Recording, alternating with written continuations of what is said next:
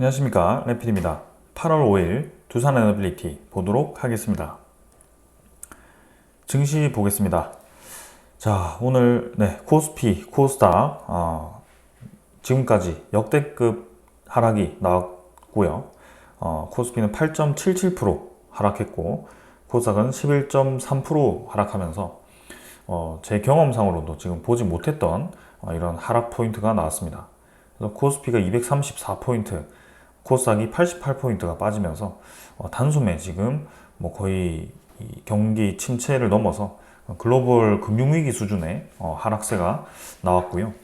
외국인 투자자가 그죠? 1조 5천억 정도 매도, 그 다음에 기관 투자자가 2,700억을 매도했는데 주로 이제 외국인 투자자에 대한 투매 물량으로 좀 중치가 이렇게 많이 눌리는 모습이었습니다. 반대로 코스닥에서는 외국인 투자자가 5,400억을 매수했고요. 기관 투자자는 1,100억을 매수했는데 사실상 지수 자체는 12%까지 떨어지면서 700포인트도 하루 만에 반납을 하는 모습이었습니다. 그래서 코스피 지금 이게 차트가 잘못된 거 아닌가 싶을 정도로, 오류가 난 거 아닌가 싶을 정도로 정말 크게 떨어진 상황이고요. 그동안 지금 뭐 작년 이 말부터 해가지고 올해 초부터 해서 쭉쭉 이제 계단식으로 올라가던 그 추세가 딱 이틀 만에 이렇게 무너져 버리는 상황이었습니다. 2380포인트까지 코스피가 하락했다가 다시 올라왔는데요. 저 때는 이제 12% 가까이 떨어졌었습니다. 그만큼 이제 지수가 정말 말도 안 되게 떨어지는 상황이었고, 이렇게 한 방에 하락을 하였습니다. 자, 이렇게 급락을 하고 나면 보통 이제 이 롤러코스터 장세라고 해서 급락 이후에 나오는 기술적인 반등이 하나씩 나오거든요. 근데 그렇게 반복하다가도 쭉쭉 이제 떨어지는 시기가 나올 수도 있습니다. 그래서 아직까지는 이 상황이 증시가 반등할 때다, 저점이다 라고 판단하기는 어려운데요. 아무래도 이러한 상황을 이용해서 단기 차익을 얻는 그런 트레이딩 세력들이 굉장히 활발하게 움직일 가능성이 큽니다. 그래서 지금은 우리는 좀 천천히 접근을 해야 될 수밖에 없는 상황이고, 이 증시가 왜 이렇게까지 하락했는지, 그리고 다시 회복할 수 있는 가능성은 있는지, 그런 것들을 좀 이제 이해를 하고 대응을 해야 될 것 같습니다. 그래서 이전에도 사실 이렇게 떨어지지 않았던 적은 없습니다. 이전에도 이렇게 고점 찍고 차곡차곡 이렇게 떨어졌었는데요. 이번에는 뭐 그런 거 없습니다. 그냥 한 달 내릴 거 한 번에 그냥 쭉 밀어버렸고요. 오히려 이렇게 크게 떨어졌기 때문에 빠르게 반등을 찾아올 수도 있는 그런 상황이긴 합니다. 그러나 이 갭을 메우기까지가 시간이 꽤 걸릴 수 있다는 생각이 좀 들고요. 이제 미국의 턴으로 돌아갔죠. 금리 인하가 9월 달에 시작될 것인가, 그리고 그 금리가 인하가 될 때 0.25%가 아닌 0.5%씩 이제 두세 번을 내릴 것인가, 거기에 이제 달린 것 같고요. 시장은 지금 미국 경기 침체도 있지만 일본의 금리 인상에 대해서 굉장히 경계를 하고 있는 모습인 것 같습니다. 그래서 그 두 개가 지금 겹치면서 이러한 과대 폭락을 만들었는데요. 일단 좀 지켜보도록 하겠습니다. 그래서 뭐 차트는 완전하게 무너졌고요. 외국인 투자자가 지금 어제도 8,500억 매도했지만 오늘 1조 5천억을 매도하면서 사실 증시가 하락한 것 대비해서는 그렇게까지 많이 매도한 것도 아니거든요. 그래서 1조 5천억 정도 이전에도 매도했던 적이 있는데 오늘 특히나 좀 많이 하락하는 모습이었습니다. 기관 투자자는 금융 투자를 제외하고는 사실 크게 매도하지 않았고요. 오늘은 외국인 투자자에 대한 물량으로 좀 크게 떨어지는 모습이었습니다. 자, 그동안 이제 매수를 이어오다가 지금 확실히 7월 중순부터는 좀 이제 매도로 변화하는 모습이었죠. 그래서 차곡차곡 이제 다시 이탈을 하고 있는데, 분명히 이제 지수를 이렇게 급락을 시키면서 이탈을 시키면 외국인 투자자도 차익 실현하는 데는 문제가 생길 겁니다. 그래서 지금은 이 차익 실현에 대한 의도보다는 어느 정도 이제 시장 반응에 대해서 너무 이제 이 투매 물량이 쏟아진 거 아닌가라는 생각이 좀 들면서, 그렇다고 한다면 시장이 다시 안정감을 찾았을 때 오히려 빠르게 회복할 수도 있겠다는 생각도 좀 듭니다. 그래서 그 시기까지 좀 이제 얼마나 많은 시간이 걸릴지는 좀 지켜보도록 하겠습니다. 코스닥은 11.3% 떨어지면서 마찬가지 12% 가까이 떨어지는 모습이었고요. 뭐 차트 볼 필요가 없죠. 그동안 꾸역꾸역 올려왔던 그런 상승세를 한 방에 그냥 하락을 시켜버린 상황이었고요. 기관 투자자, 외국인 투자자 매수를 했습니다만 사실 매수했음에도 불구하고 주가가 떨어졌다는 것은 누군가는 주가를 찍어 눌리고 누군가는 그 물량을 받아 먹었다라는 소리거든요. 그래서 오히려 이 정도 하락이라고 한다면 신용 반대 매매가 쏟아졌을 가능성도 충분히 있습니다. 그래서 그러한 물량들을 딱 쏟아냈을 때 이렇게 매수를 해버리는 상황이 충분히 나올 수 있거든요. 네, 그래서 코스닥은 그러한 움직임이 보였다. 자, 그럼 이제 오늘 이 정도로 내렸는데 해외 시장은 어떻게 되었는가? 니케이 12.4% 하락하였습니다. 그래서 니케이가 정말 크게 떨어졌고요. 중국 증시 상해 조갑은 오히려 차분한 모습이었습니다. 그래서 우리나라와 니케이, 대만 증시가 크게 떨어졌고요. 다우 나스닥은 지금 1.5%, 2.4% 떨어진 것처럼 보이지만 지금 선물 지표 상당히 크게 떨어지고 있고요. 내일도 좋지 않은 이 증시가 펼쳐질 가능성도 있어 보입니다. 환율 같은 경우는 1630, 1364원으로 진행 중이고요. 오늘 쭉 떨어졌다가 좀 반등하긴 했습니다만 뭐 크게 지금 평소보다는 변화 없는 상황입니다. 그래서 금리 인하가 예고되었기 때문에 천천히 좀 금리가 떨어질 것을 예상해서 환율은 지금 내려가고 있는 분위기고요. 달러의 약화, 그 다음에 엔화의 강세가 좀 시장에 좀 강한 충격을 주고 있습니다. 자, 그래서 그러한 것들을 좀 눈여겨서 볼 필요가 있을 것 같고요. 지수 선물도 지금 보시면 다우, 나스닥 4% 가까이 지금 떨어지고 있고 유럽 증시는 2% 가까이 지금 그 이상 떨어지고 있습니다. 그래서 마찬가지 장 끝날 때까지 지켜보면 조금 더 떨어질 가능성이 있고요. 네, 지금은 전체적인 글로벌 증시 하락세가 계속 이어지고 있는 상황입니다. 원자재 가격은 국제유가 71달러 수준까지 떨어졌고요. 천연가스도 1.9달러까지 떨어지면서 좀 같이 하락을 하고 있습니다. 채권시장도 국채금리 3.7%대로 진행하고 있고요. 연중에 가장 낮은 수준의 지금 국채금리가 형성이 되고 있습니다.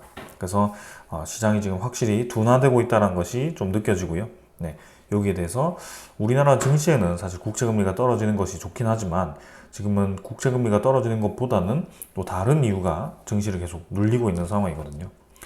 자, 그래서 지금 외환을 보시면 지금 달러 원을 제가 봤지만 달러 N을 보시면 지금 상당히 이제 급락을 하는 모습을 볼 수가 있습니다. 연중이 이제 계속 이제 엔화 가치가 떨어지면서 달러 강세를 보이던 이 수치가 지금 이제 160엔까지 올라갔던 게 142엔까지 지금 최근 한 달 동안 이렇게 급락을 해버립니다.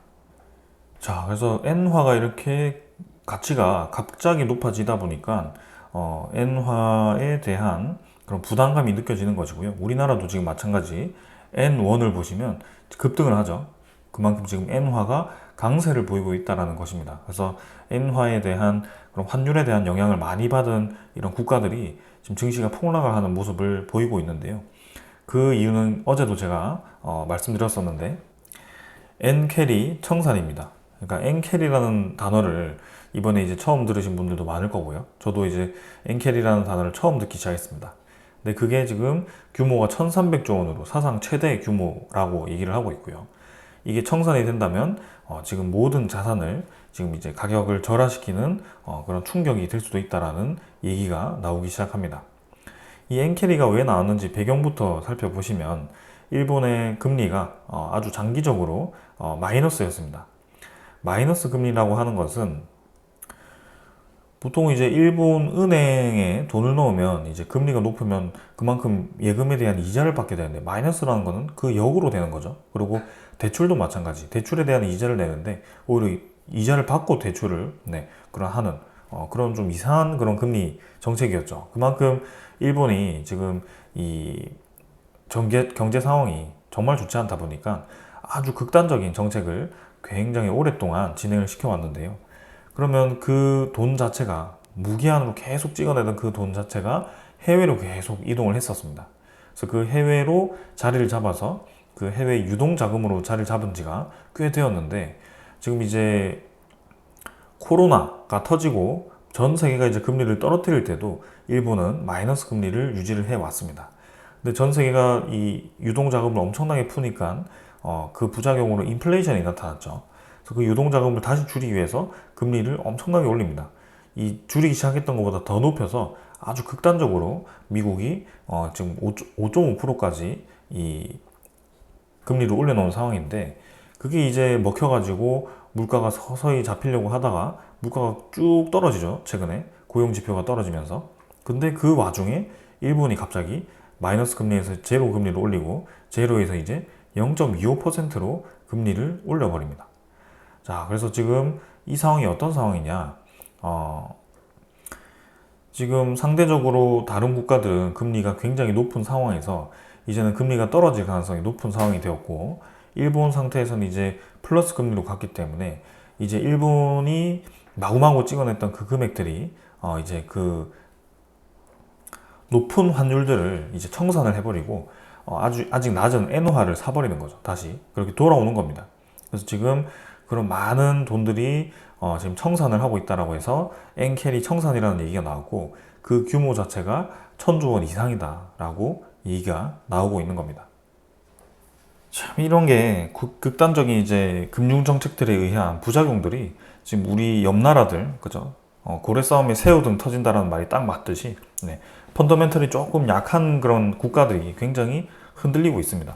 네, 그래서 지금 엎친 데 덮친 격으로 지금 원투 펀치를 맞은 상황이고, 그만큼 지금 시장에 대한 충격이 컸다. 근데 이러한 상황들은 사실 캐리 청산이죠, 말 그대로.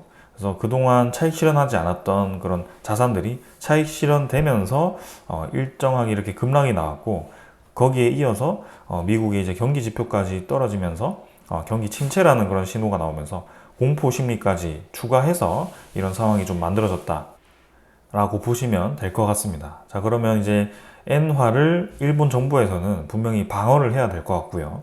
만약 이렇게 계속 엔화가 가치가 높아지면 일본 정부 입장에서도 굉장히 난처해질 수밖에 없습니다. 왜냐하면 일본 기업들이 이제 수출에 굉장히 약해질 거고요.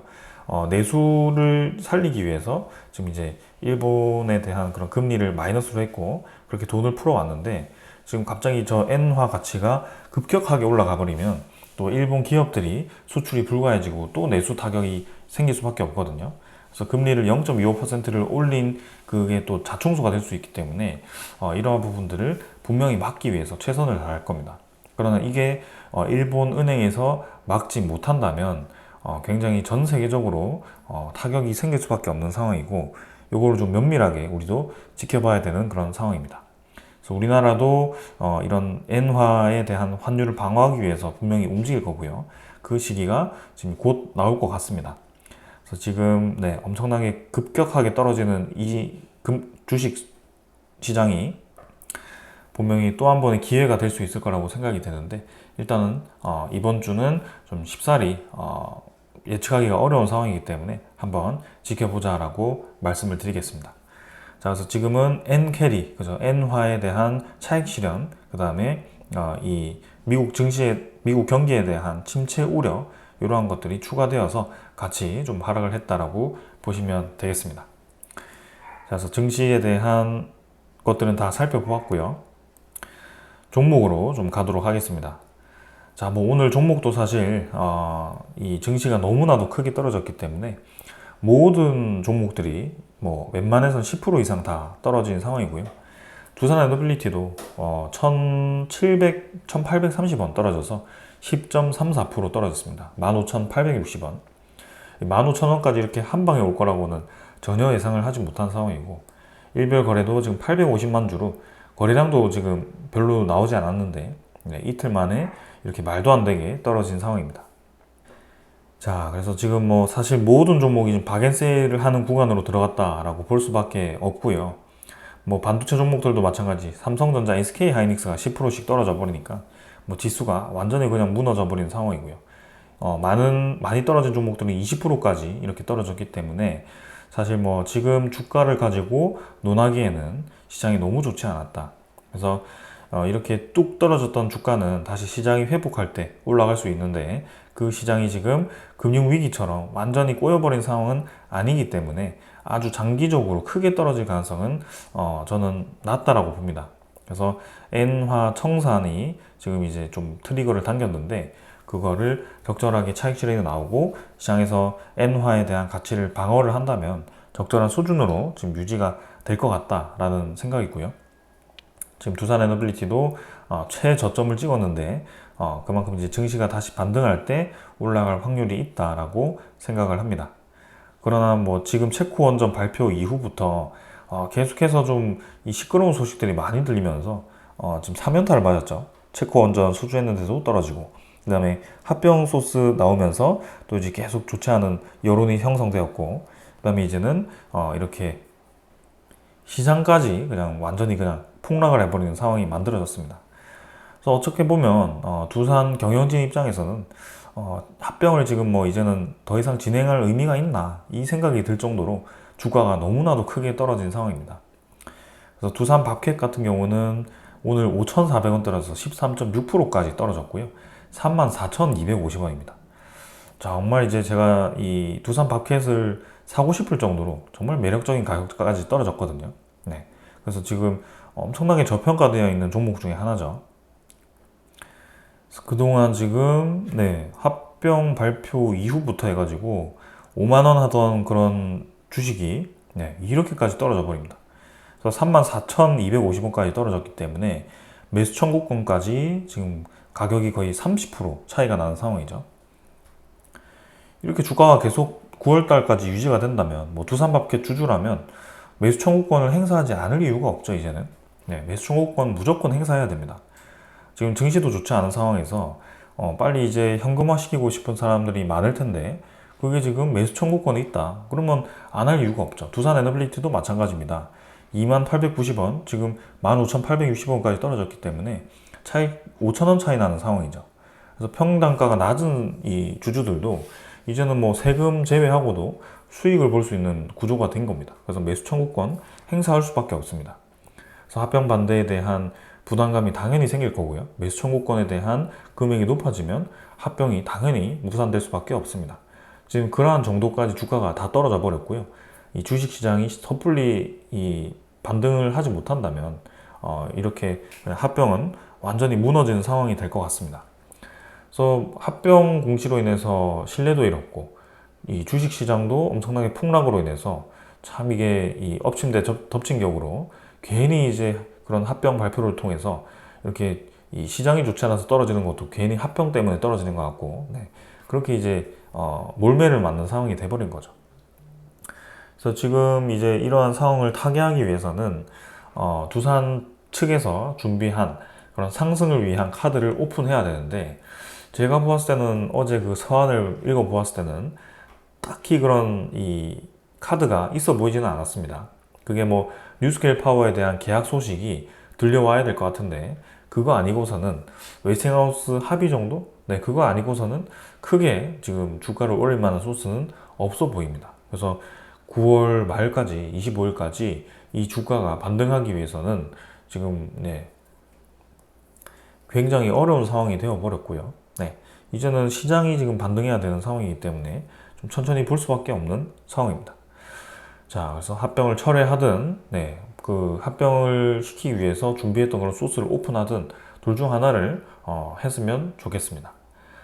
자, 그래서 계속해서 보면, 투자자 수급을 보면 참 야속하게도 주가를 이렇게 떨어뜨렸는데도 외국인 투자자, 기관 투자자는 별로 움직임이 없었습니다. 그래서 도대체 주가를 떨어뜨린 이 주체가 누굴까라고 의심이 들 정도로 이렇게 움직임이 없었고요. 자, 투신도 36,000주 매수, 연기금투자전 82,000주 매도, 사모펀드는 10만 주 정도 매수하면서 이렇게 그냥 합계 정도 마지막 집계는 별로 아무도 매수 매도를 적극적으로 하지 않은 것처럼 보였습니다. 그럼에도 10% 정도 떨어졌다는 것은 누군가는 주가를 찍어 눌렸다가 다시 재매수를 했다라고 볼 수밖에 없고 이게 이제 뭐 자전거래가 되었든 아니면 뭐 이제 이 청산 그죠? 매매가 되어서 그걸 받아 먹으면서 이제 끌어올렸던 그런 식의 움직임이 있었지 않을까 생각이고요.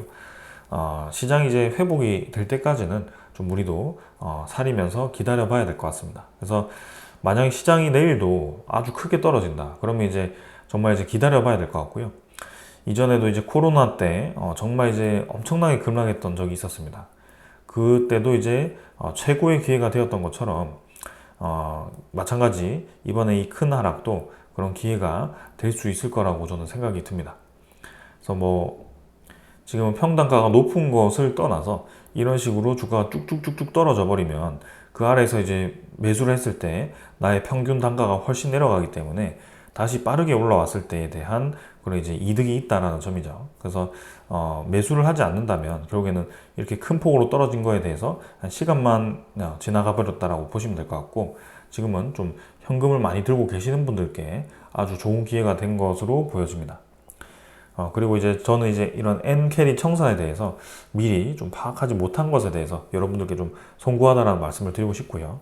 이렇게 증시가 급락한 거에 대해서 저도 대응이 되지 않는 수준으로 좀 이렇게 지켜보았던 것 같습니다. 그래서 뭐 지금은 사실 장기적인 접근밖에 답이 없는 상황이고요. 네. 15,800원까지 떨어진 상황, 모든 자산이 이렇게 폭락하는 상황에서는 네, 내려온 상황에서 다시 매수를 하는 수밖에 없는 그런 상황입니다. 자, 이 정도로 좀 차트 보고 넘어가 가도록 하고요. 공매도 잔고도 뭐 사실 크게 오늘은 볼 필요가 없을 것 같습니다. 그래서 공매도 잔고도 170만 주로 늘었고요. 공매도 세력들 입장에서는 굉장히 뭐 유리한 상황이 되었죠. 네, 위에서부터 체코 원전 때부터 쭉쭉 공매도를 치더니 이렇게 주가가 쭉 떨어져 버리면 아주 상환하기 좋은 금액까지 떨어졌습니다. 그리고 대차 잔고도 한번 살펴보도록 하겠습니다. 자, 대차 잔고도 지금 시간이 좀 일러서 아직 나오지는 않은 것 같고요. 아직까지 뭐 크게 변화하진 않았을 것 같고, 종목 상세도 사실 뭐 외국인 투자자 2만 주 정도 매수로 사실 전날에는 매도가 좀 있었지만 오늘은 별로 움직임이 없었습니다. 그래서 오히려 외국인 투자자, 기관 투자자는 크게 매수 매도 없었고 주가만 그냥 떨어진 상황이다. 그래서 천천히 한번 지켜보자라는 말씀을 드리고, 여기서 더 떨어지면 오히려 매수 기회가 될 수 있다는 점도 말씀을 드리고 싶습니다. 그러나 지금 합병 이슈가 좀 있기 때문에 지금 굳이 두산에너빌리티를 매수하기보다는 오히려 저는 반도체 종목들이라든지 아니면 그런 현대차 이런 이 평소에 실적이 우수하고 이 밸류에이션이 아직 저평가되어 있는 종목들 위주로 다시 재매수를 해보는 것도 좋은 방법이라고 생각이 듭니다. 그래서 그러한 종목들 위주로 또 한번 보시면 좋을 것 같고요. 제가 이제 이렇게 하루에 한 종목, 두산에너빌리티만 리뷰를 하고 있지만 좀 지금은 그런 이 우량주 종목들을 다시 저평가된 종목들을 매수할 수 있는 좋은 기회가 되었기 때문에 그렇게 좀 보시면 좋을 것 같습니다. 자, 그리고 이제 오늘 준비한 소식들 전달 드리도록 하겠습니다. 자, 지금 이제 삼성, SK, 뭐 TSMC 아주 반도체 전쟁이 본격화되고 있습니다. 그래서 전력에 대한 수급이 굉장히 주목을 많이 받고 있는데요. 지금 최근에 들어서 TSMC의 대만 탈원전 정책에 대해서 계속해서 그 전력 불안에 대해서 이슈가 되고 있습니다. 그래서 TSMC 같은 경우는 지금 이제 전력 리스크 때문에 앞으로 추가적으로 지어지는 공장들, 그리고 이러한 생산의 차질이 일어날 수 있는 리스크가 계속 생기고 있는 상황이고요. TSMC는 대만 정부의 탈원전 정책으로 재생에너지 공급 수요를 따라가지 못하면서 미국, 일본, 독일로 생산 거점을 이전을 하거나 전력 줄이기가 한창이라고 얘기를 하고 있습니다. TSMC 자체는 애플과 엔비디아를 비롯한 빅테크의 공급 차질로 빚게 될 수 있기 때문에 반도체 공급망에 굉장히 치명적이죠. 근데 앞서 대만은 2017년에서 2024년, 22년에 4번의 대규모 정전 사태가 발생한 이력이 있기 때문에 반도체 공급망이 출렁인 그런 이력이 있습니다. 그래서 지금 TSMC가 이전보다 계속해서 많은 전력을 소모하고 있는데 앞으로도 저런 대규모 정전이 생기면 상당히 큰 피해가 생길 수밖에 없다라고 얘기를 하고 있습니다. 그래서 지금 이제 거기에 대해서 대만 전력 정책을 바꿔야 된다라는 그런 얘기도 나오고 있는 상황이고요. 아무리 이제 이 전력량을 줄이겠다라는 그런 조직을 신설해서 줄이려고 해도 이미 이제 EUV 노광 장비라는 이런 이 큰 장비들이 아주 전력을 크게 소모하고 있기 때문에 그것을 재생에너지만으로 커버하기가 굉장히 어려운 상황이죠. 그래서 원전을 없애고 석탄도 없애는 상황에서 재생에너지만 늘렸을 때 지금 한계가 여기서 보이기 시작한다는 겁니다. 그래서 대만 자체가 이제 정부 차원에서 그러한 정책을 전환하기 위한 노력을 하고 있다라는 최근의 소식이 들려오고 있고요. 우리나라도 마찬가지 용인 반도체 클러스터에 계속해서 아리백을 중요시하면서 LNG조차 늘리지 못하게 하는 그런 쪽이 있는데 지금은 냉정하게 그 전력 수급에 대해서 다시 고민을 해봐야 되는 그런 상황입니다. 자, 그래서 대만 자체가 지금 이제 대형 원전은 좀 그렇고 SMR에 대해서 지금 주목을 하고 있고요. 뉴스케일 파워를 인수를 할 수 있다라는 그런 고려를 하고 있습니다. 그래서 세진허 차이신 미디어 그룹 회장이 페가트론과 포모사 플라스틱이 이 뉴스케일 파워를 인수를 고려할 만하다라는 얘기를 하면서 지금 이제 탈원전 정책에 대한 변화가 관측이 되기 시작합니다. 그래서 경제부 장관도 전반적인 논의를 거쳐서 조정을 해야 된다라는 얘기를 하면서 지금 대만이 이제 대형 원전은 그렇다 치고 SMR에 관심을 가지고 있고 특히 뉴스케일 파워에 눈독을 들이고 있다라는 소식이 들려오기 시작합니다.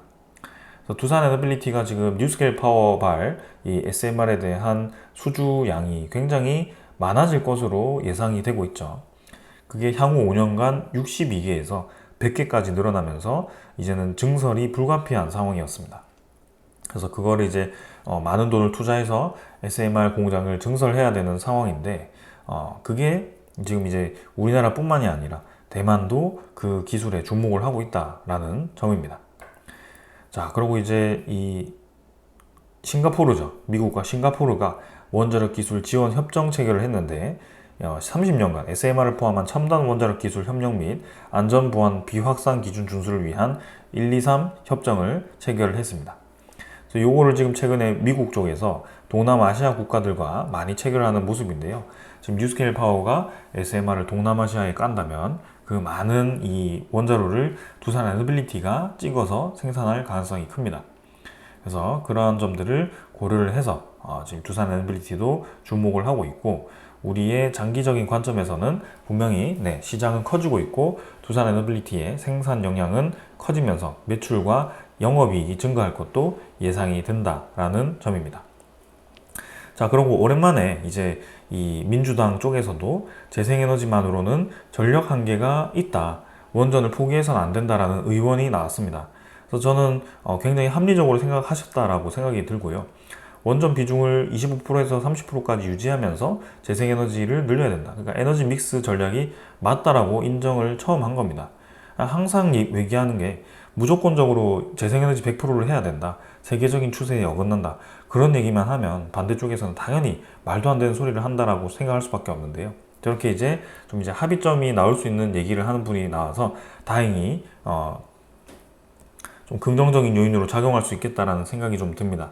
그래서 재생에너지에 대한 단가가 지금 원전보다 높다라는 것도 인정을 하였고요. 원전 에너지가 지금 값싼 에너지라는 것도 인정을 하였습니다. 그래서 기저 에너지원으로 원자력 에너지를 쓰고 그 나머지를 석탄 에너지를 제외하면서 그 값싼 원자력 에너지를 이제 좀 활용해서 조금 상대적으로 비싼 재생에너지를 써서 그 나머지를 메우자. 이런 전략. 저는 굉장히 좋은 전략이라고 생각하고 있고요. 네.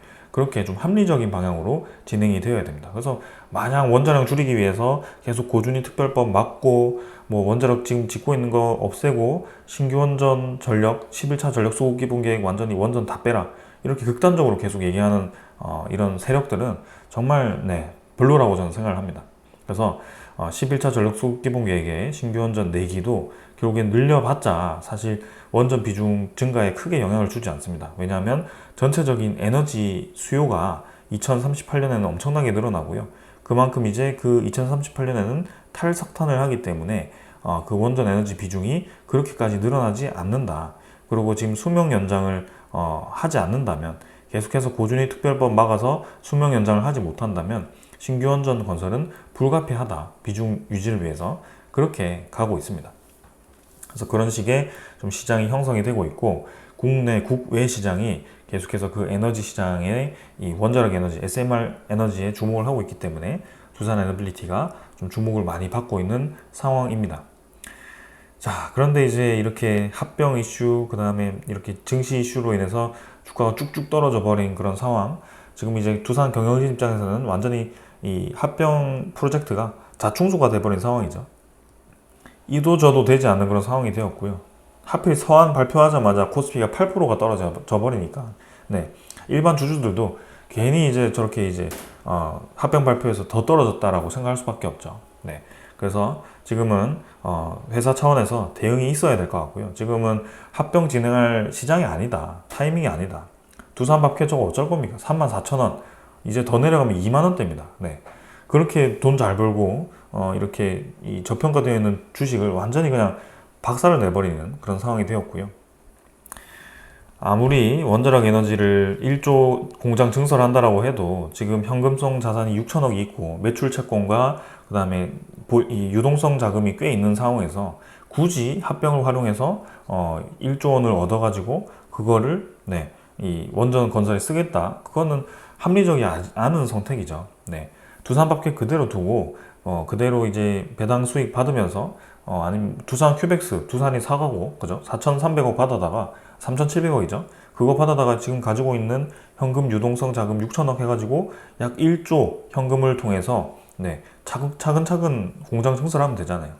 공장 증설하는데 뭐 당장 올해 1조 바로 투입하는 것도 아니고 매년 2천억, 3천억씩 투입할 건데 그거를 마치 합병이 되어야만 된다라는 것처럼 표현한 것 자체가 저는 모순이라고 생각이 듭니다. 그래서 그러한 점들을 좀 잘 살피고 이제는 본인들도 논리에 맞지 않을 거라고 생각하고 있고요. 그런 점들을 합리적으로 설득하기 위해서 계속 변명을 대기보다는 좀 합리적인 선택을 통해서 뭐 준비된 카드가 있다면 적극적으로 활용하고 합병 철회를 할 거면 바로 철회를 하고 좀 그런 식의 좀 적극적인 움직임이 필요해 보입니다. 그렇지 않고는 지금 이런 어려운 장에서 점점 더 물매를 받아서 두산 자체가 다시 한번 신뢰를 잃어버릴 그런 상황이 온 것 같습니다. 그래서 오늘 여기까지 하고 마무리하고요. 일단 내일 시장 한번 차분히 좀 봐야 될 것 같습니다. NKLA 청산이 얼마나 더 나올지가 좀 어려운 상황이고 오히려 주가가 여기서 더 떨어진다면 현금을 가진 분들은 지금 두산 에너빌리티도 매수할 수 있지만 그 나머지 종목들 좀 평소에 관심 있던 저평가된 종목들 위주로 매수를 하신다면 다시 증시가 좀 올라갔을 때 확실히 좀 좋은 결과를 얻을 수 있을 겁니다. 그렇게 좀 투자를 하시면 좋을 것 같습니다.